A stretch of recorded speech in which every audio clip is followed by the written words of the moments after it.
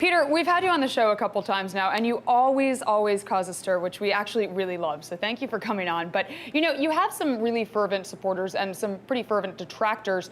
So before we get started, can you share with us a little bit about your background? We've had it before, but I want everyone watching to know where you come from and what your story is. Okay, sure. I'll give you the extreme short version. I was trained as a classical musician, and then I went to an institution for 2 years, racked up a lot of debt, and realized my second year of college that I was going to be paying for this debt for the rest of my life. So that was my first impression of the financial system. So I bailed from that, and plus the idea of being a solo classical musician was just about as absurd as you can get as far as an economic career, probabilistically. So from there I went to advertising, and which was a unique stretch. I always kind of abhorred the manipulation of society, but in the arts, a lot of people gravitate towards advertising because it gives them some kind of outlet to stay somewhat in their medium as far as expression. So I did that for many years. I didn't like that either, of course, which of course is that's the belly of the beast when it comes to corporate America. Advertising is one of the largest, is the most funded institution in the corporate world in many ways. Most companies spend more money on advertising to manipulate society than they do with actual production and R&D. From there, I went actually to invest in, to work privately for about 6 years as a Wall Street investor and financial trader. I did that from my own account for many years, and that was actually my long-term goal, was to secure that and to be free of the corporate vertical structure. And I did that, and that's where I pretty much learned about how despotic the financial and basically the market system by extension actually is. So my background pretty much is in, professionally, is in the two worst institutions on the face of the earth, as far as I'm concerned, advertising and Wall Street. And that's what brings me to where I am today as I began to survey the world around us to see why things are the way they are. And that's the very short version. Is that good enough? That is brilliant, and actually it's great to learn that you have such a diverse background. It starts with music and ends in Wall Street, and now you're here today, so it's good for all of us to learn. But you know, you recently released a video on YouTube in which you talk about the economy, and specifically the 3 principles of market economy. So can you tell us about this video and why you decided to produce and publish it now? You know, I have to say, Peter, it really reminded me of Ray Dalio. He came up with something like this about, you know, the crisis and these kind of easy to understand, almost animated videos. They're helpful, but what was your purpose for producing now? Well, the purpose was to show that the incentive structure, both physically, meaning the actual structure of the market, what it necessitates as far as the input and output, coupled with what it does to our psychology, can't possibly create a sustainable, balanced, and equitable society.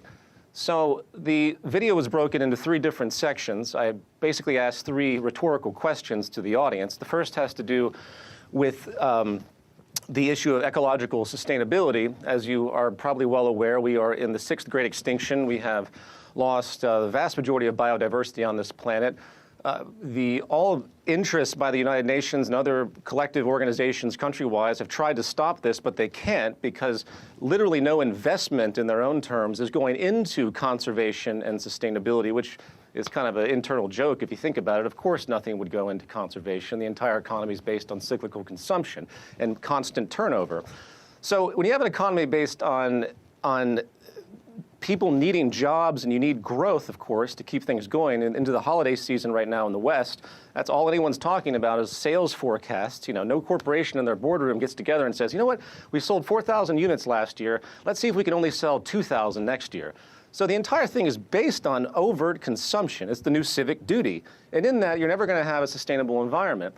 You know, I could go on a long list of the proof of this. You know, people can talk about market theory versus reality, but the proof is in the world that you see around you. Again, the things I've listed about the loss of biodiversity, exorbitant pollution, both air, land, and water. The entire ecosystem of the ocean is in collapse. By mid-century, we'll be pretty much out of fish.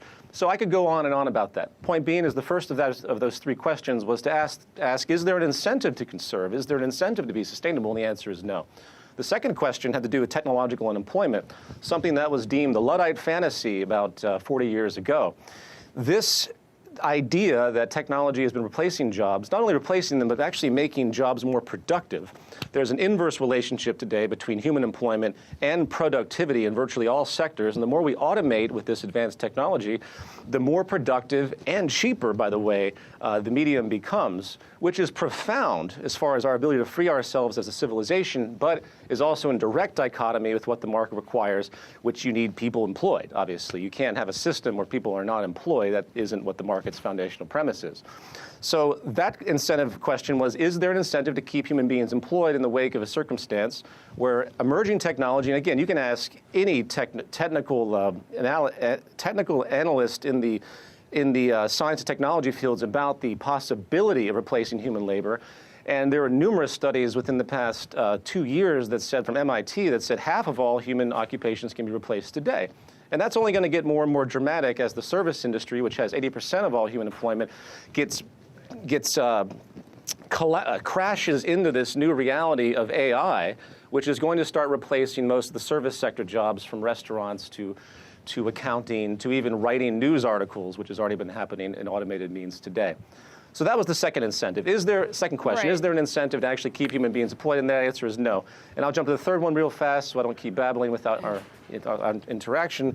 The third one has to do with something called structural violence, which is a form of systemic violence that can only be measured across a population. To give an example of this, actually I'll give you a recent example. It was reported Peter, in the UK. Before we get to that example, I want to go back so that we can do this, kind of chronologically, because I want to hear what you're going to say with the third one. But I want to first ask you, what is a market economy? You say that with capitalism, market-generated poverty and inequity, they're inevitable. So why is that? Well, part of it's evolutionary and part of it's structural. Both of them are structural. The gaming strategy of the market, what people actually do in a market system to assure their self-interest, whether you're an individual laborer or a company, systemically creates imbalance. I'll define the market because many people have a problem with what market or capitalism is. I'm going to go ahead and define it for you as far as the three attributes that really make this system what it is. The first is that you need labor for income. If you don't have labor for income, then the system has no foundation as far as cycling the money and keeping it going. The second is all goods and services retain property value, hence exchange value. That's the medium. People use money, and these values transverse. It's indivisible, so you're able to qualify everything in monetary terms. And the third issue has to do with the gaming strategy, as I mentioned before, where input costs are going to be as low as possible, cost efficiency, all the outsourcing, slave labor, what have you, cheap materials to use to be competitive, and you maximize output costs. That's the other side of the gaming strategy. When you put all three of these things together, you end up with a highly competitive, game-oriented structure that, through the spreading of this behavior across a society of millions and billions of people, you inevitably end up with pockets of leverage and pockets of disimbalance, people that have so much more capacity to rig the system, to use the state to their advantage, because the state mechanism is just another element of differential advantage, something that people in the Austrian school and the free market concept, free market people that conceptualize this, they say, well, there's interference, you shouldn't have this. They morally relativize things. But the truth is that people will manipulate and they will create cartels, monopoly as a form of differential advantage, and that is just another extension of the basic foundation of competition in a market system. So that's it. If you analyze this, the entire, Wall Street emerged as a system that began very innocuously through commodities, farmers hedging. They created the commodity markets to try and work against inclement weather. Then suddenly the capitalist structure came in the 17th century, and you had dividends and investors come in. Now what you have today, you have huge, massive floats with these companies where the shares actually have no relevance to anything. Someone buying 100 shares of Microsoft has no say in what that company is doing. It's all based on speculation.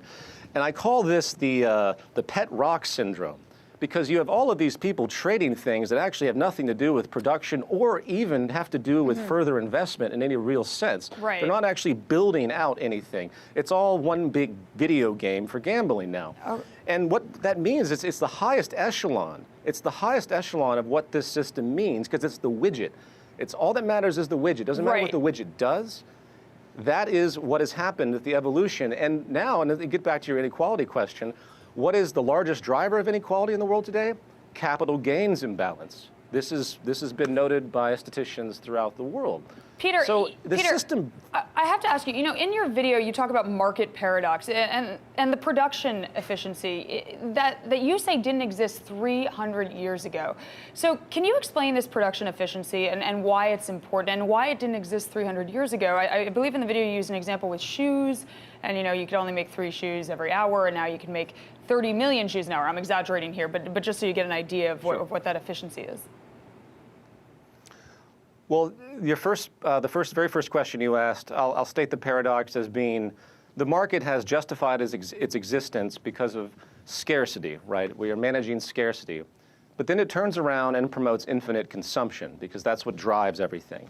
Now, the infinite consumption element, this mechanism, as I described before, the cyclical consumption, the gas pedal on the car, was very difficult to see in early industrial periods because of how arduous our actual creation process was. The means of production back then was very grueling. We were always in deficiency. Today, the means of production process is not in deficiency. We are producing so much more than we're capable of handling, of course, in the societies that can afford it. And as I point out in that video, we have massive pockets of poverty and people that cannot afford all of this increased production. And that's due to the imbalance nature of our system that I talk about at the end of the video. So let's not get confused. I want to qualify that just because we can create an abundance today, people say, well, why isn't there abundance for everybody out there? Because they don't have the money to get it. And that's because of the imbalance generating process of the system. But for the Western world, like the United States, we've far exceeded our means for those, of course, that can afford it. Mm-hmm. And the United States now consumes 30% of all the resources in the world. Right. This reality is profound. We are actually able to produce enough to create an abundance for the entire planet, but we are stuck in a system that won't facilitate it. Right. We don't have enough. So the point being is that go ahead. Please finish your thought. To answer your question, I'll try to be brief. I know I tend to be long-winded. The answer to your question is that this element of the system was always there in the past of we need consumption.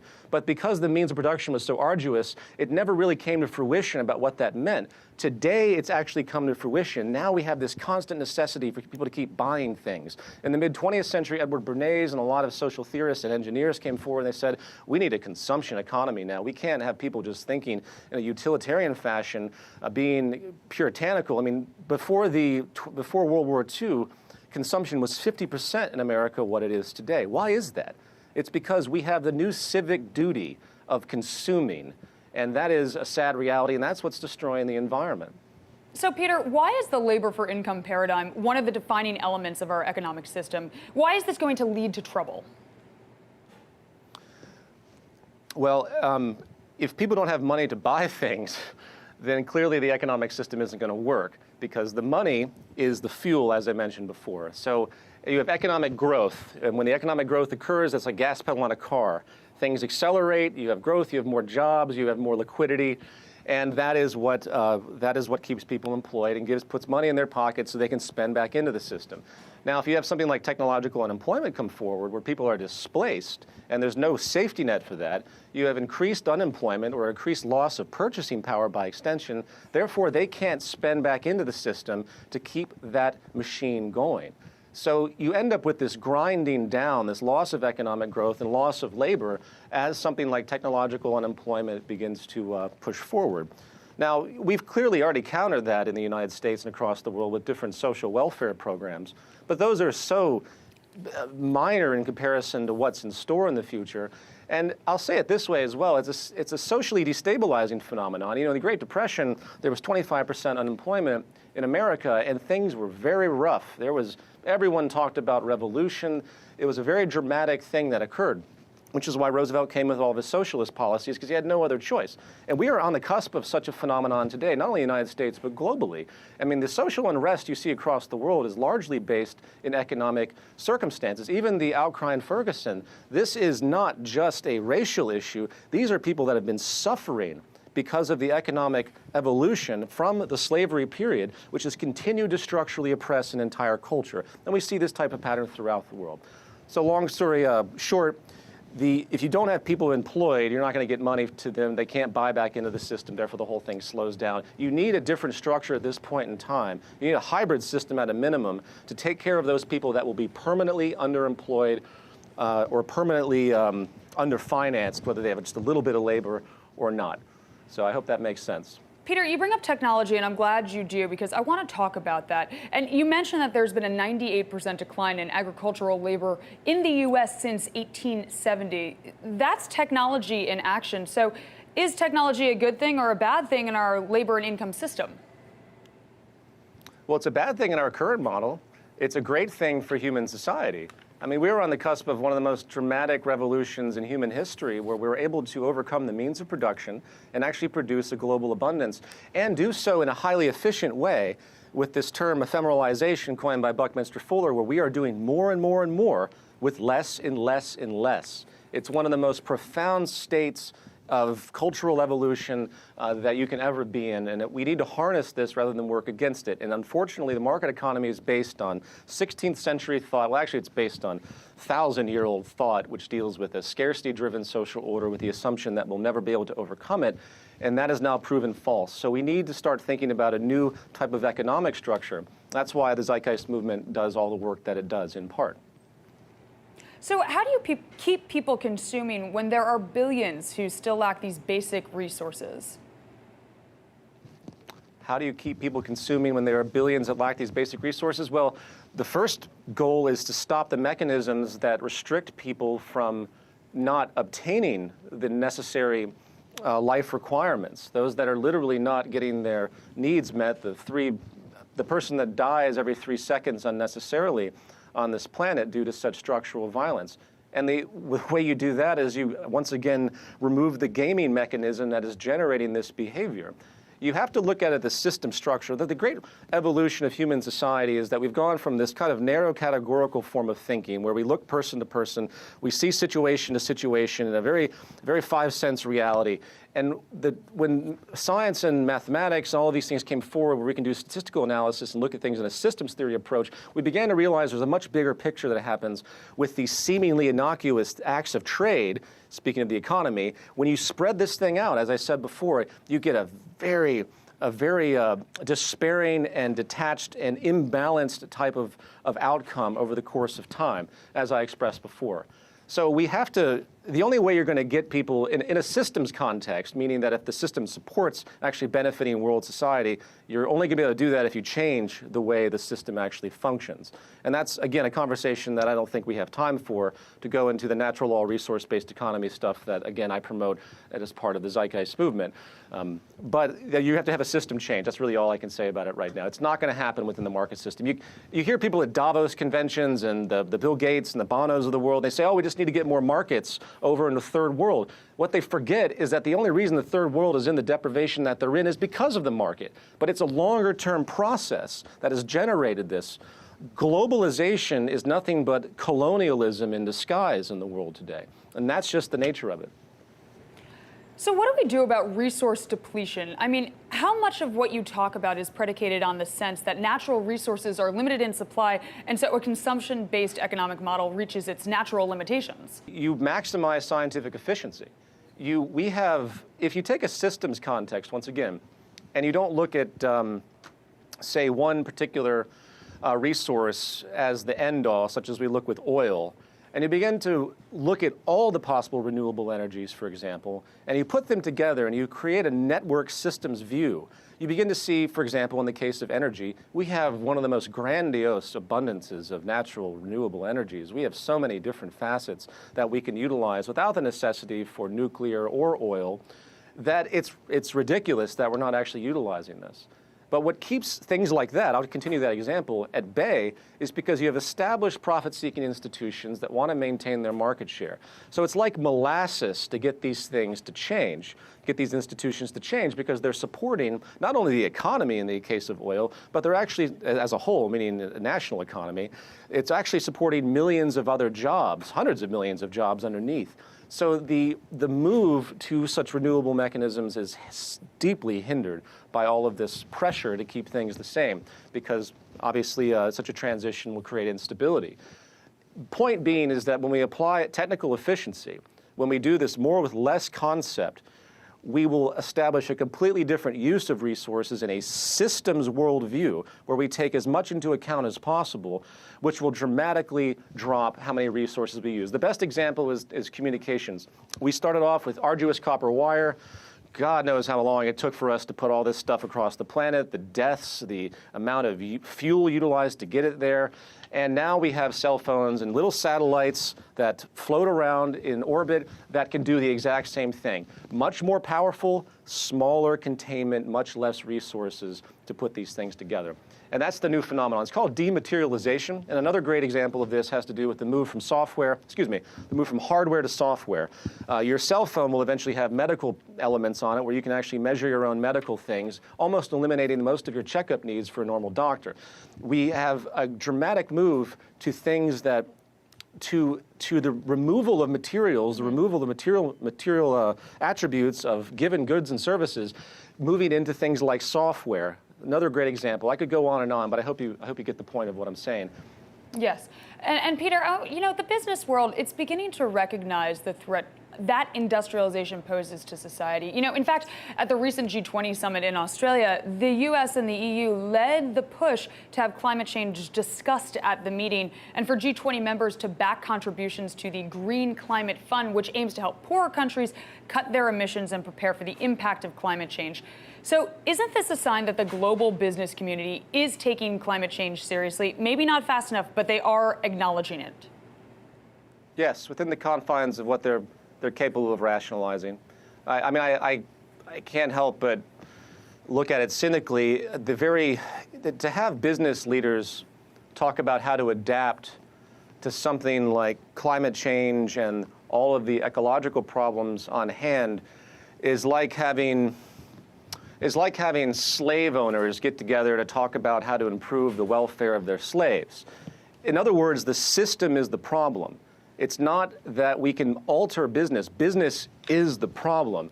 The very mechanism of business is what is generating this. Yes, there can be improvements. Yes, there are things that will happen to improve, as we've seen. We've seen a lot of great things. We stopped the ozone depletion a while back with a huge pact of business leaders to stop the chlorofluorocarbons. These things will improve, but it doesn't get to the root of the problem. And that's why I can't emphatically express this issue enough, because as much as people are going to try in the business community to help, the very structure they participate in is actually the culprit. Devil's advocate here, I want to preface with that. Why should anyone listening to this program now believe that your Zeitgeist movement is the solution to what ails our economy? What I'm asking is what qualifies you to create a robust framework for the economy? The only thing that qualifies the Zeitgeist movement is its research and what it presents as a logical train of thought. And people need to make their own decisions. I'm just a single person. I have self-learned the things that I have, and I've paid attention, and I enjoy scientific causality when I think about the world around me. And what we have today is an echo of a very dark system that has no basis in modern scientific, causal, evidence-based reasoning. So all I can say is that people should go to the zeitgeistmovement.com and they should read our free book. And if you make your own decisions about what you think is logical for humanity to step forward and be sustainable, create social stability, and increase our public health to the best degree we can.